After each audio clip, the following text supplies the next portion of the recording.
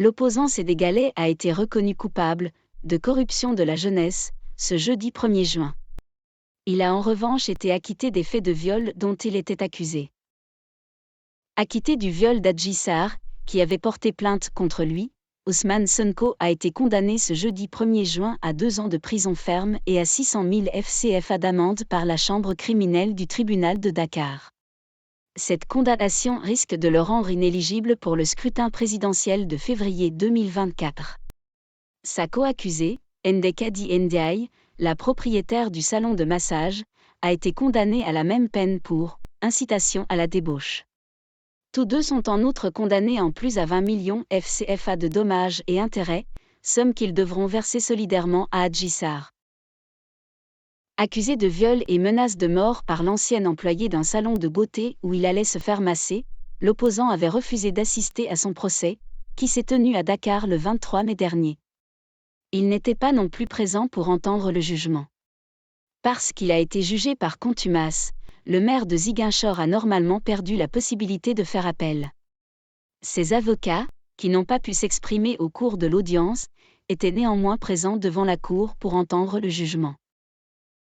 En dépit de l'acquittement prononcé pour les accusations de viol, l'avocat de la plaignante, El Hadj Diouf, a déclaré qu'Adji Sarr avait gagné.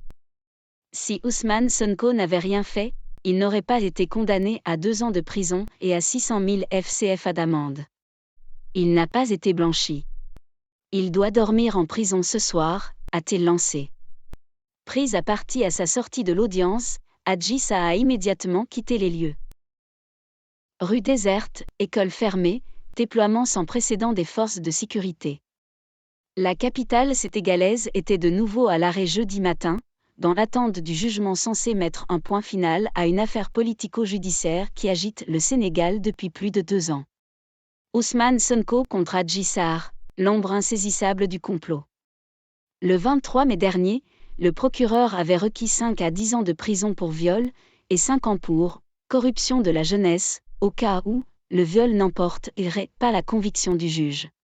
Un délit explicité par l'article 324 du Code pénal.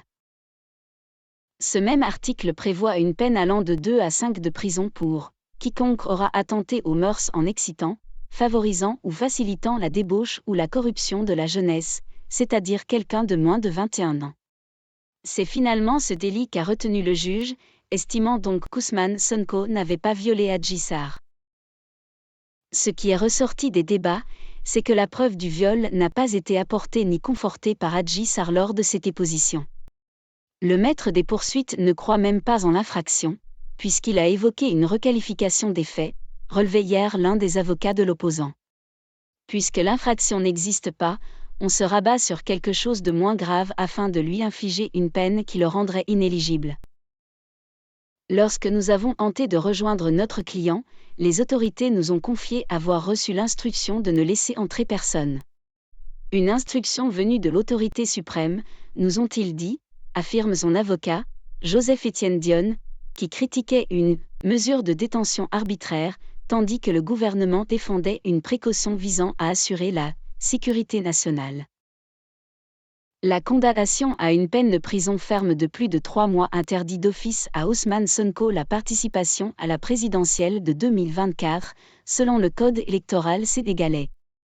La réforme de ce code est d'ailleurs l'une des dispositions qui seront discutées lors du dialogue politique initié par le chef de l'État ce 31 mai. Dialogue auquel Ousmane Sonko a refusé de participer.